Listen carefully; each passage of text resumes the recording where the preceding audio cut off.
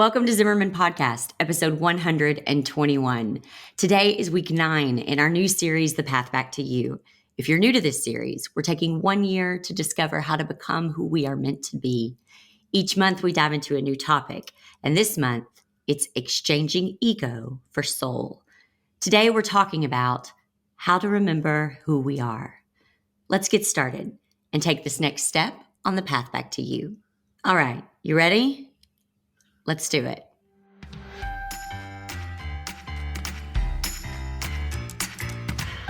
I'm Jessica Zimmerman, and this is Zimmerman Podcast. I'm a serial entrepreneur, mom to 3, and professional oversharer who has spent a decade building my business and helping others do the same. From wedding floral design to business education, features in Martha Stewart Weddings and Forbes magazine, and even writing and publishing my best-selling memoir, Sleeping with a Stranger, my business has kept growing, evolving, and changing year after year, just like me. Because the best thing about building a strong business is the freedom it gives me to live a full life. And that's what Zimmerman Podcast is all about, sharing real, transparent, in-the-moment reflections about how to live a life, build a business, and lead a family through the good, the hard, and the messy. That's what we're doing each week, right here on Zimmerman Podcast. Welcome to the show.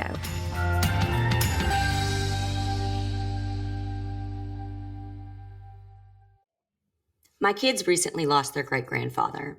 It was an open casket. Before the visitation, I told my kids that even though they'd be looking at their great-grandfather's body, his soul was not there. Have you ever noticed that the body never really looks like the person did in life?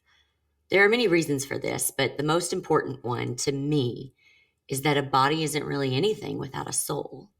I told my kids that just like our car is important to us because it takes us from school to piano to baseball and home again, our bodies are just vehicles for our souls. They are at their best functional for us. At worst, they can be the very things that keep us from embodying love, which is our greatest calling. On earth, we focus so much on our bodies, on our human forms. We exercise and diet and hang mirrors everywhere. And even if we're not looking at our literal bodies, we're thinking about satisfying cravings, elevating ourselves, getting ahead, and winning. This is all living from ego. What do I mean by that? And why does it matter? Let's get into it. In order to reach full consciousness, to live in the energy frequency of unconditional love, we have to retrain our human selves to live from the soul.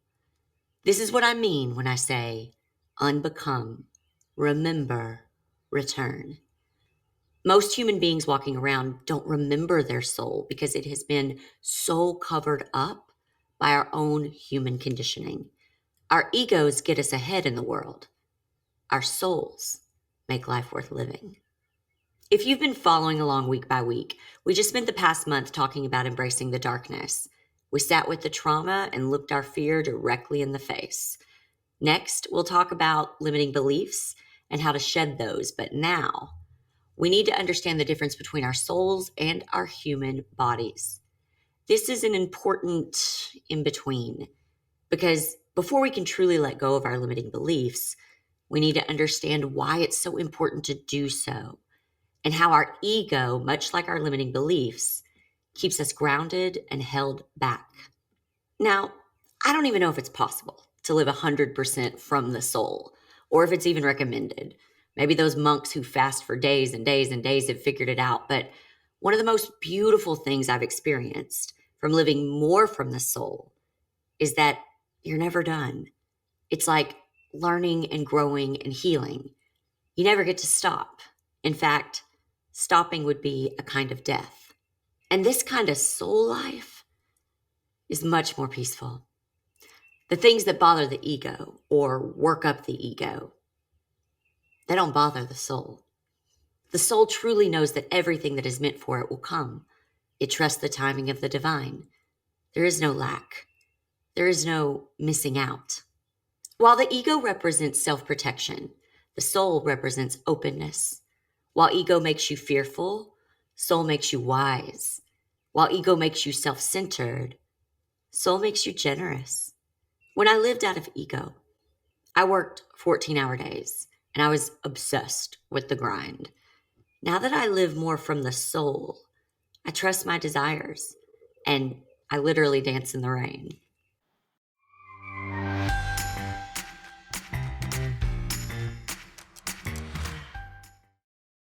When you feel like you're losing your mind, I'm here to help you restore your soul. A few years ago, I woke up and felt like everything in my life was a lie. I didn't recognize myself or any of the people around me.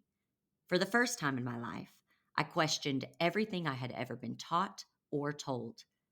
I didn't know what was true anymore, and I felt like everything I knew was slipping away from me.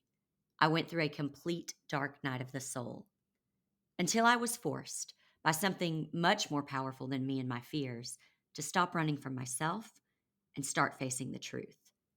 That the pain in my life wasn't coming from the world around me, but from the pain inside me. I remember thinking, what if the cause of your pain and the cure for your pain is the same? You. That's what my program, The Path Back to You, is all about. Not starting over, but starting again on a path that will return you to yourself, a path that will heal and refine you, a path that will break you and make you whole. When searching for answers to what felt like an all at once, completely sudden, never ending list of questions with no answers, all I found was the advice just sit with yourself and heal. All the answers are inside of you. And I remember thinking, gee, thanks. That's helpful. I know I need to heal, and I'm willing and ready to do the work to do that, but how? Where do I begin? Well, it took some time, but after years of therapy, researching on my own, trial and error, mess ups and setbacks, I found my way back home, back to myself. In the path back to you, I share with you my own personal story of struggle and trauma as a sacred offering. My hope is that through my story, you can better see yourself. I share with you my darkest moments and the steps I took to find my light, the light I had dimmed for most of my life. Throughout all the heartache I've endured, I've finally found peace, and I want to share my roadmap with you. If any of this resonates with you, trust that this episode found you for a reason. Trust the divine intervention. Those brave enough to have embarked on a healing journey know how incredibly lonely and painful it is. I remember feeling completely isolated, like I didn't even belong in this world anymore. It was scary as hell. But I want you to know you are not alone. While I fully believe healing is a solo journey, I think it's totally okay to have a roadmap and a pathfinder who has gone before you to guide you as you return home to you. Join me on the path back to you. Click the link in the show notes or go to jessicazimmerman.com to learn more. And just for you, podcast listeners can get 15% off with code PATH15. That's PATH15.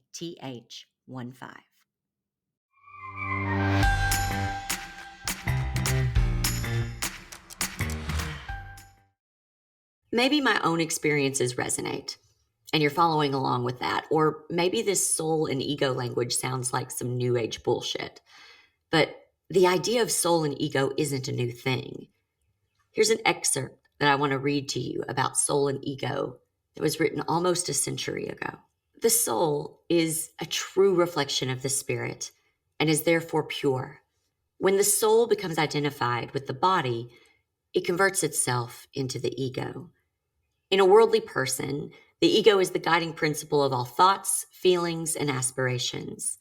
One must learn to differentiate between material desires and soul desires. The pure soul loves the wisdom and bliss experienced in the union with the absolute, omnipresent, omniscient one. The ego loves name, fame, greed, body attachment, and all perishable qualities.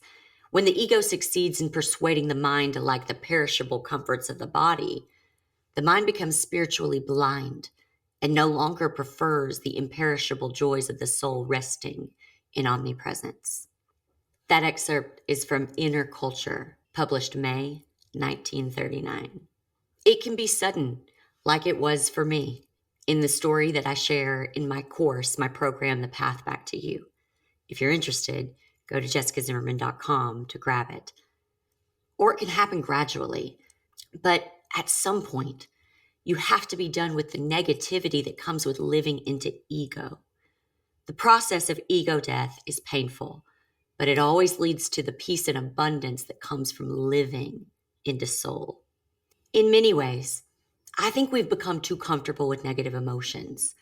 They become constant companions instead of signs that we're out of our soul alignment. Bitterness, resentment, shame, anxiety, depression, these are not natural byproducts of being alive, but our inner guide, God, showing us that we are not in alignment with our desire, with our soul. It's your brain, your mortal human thing, mismatching with your soul, your eternal God thing. We've trained ourselves to endure negative emotions. We've been conditioned to believe that uneasy feelings are normal. We've been taught to suffer rather than listen to our inner knowing.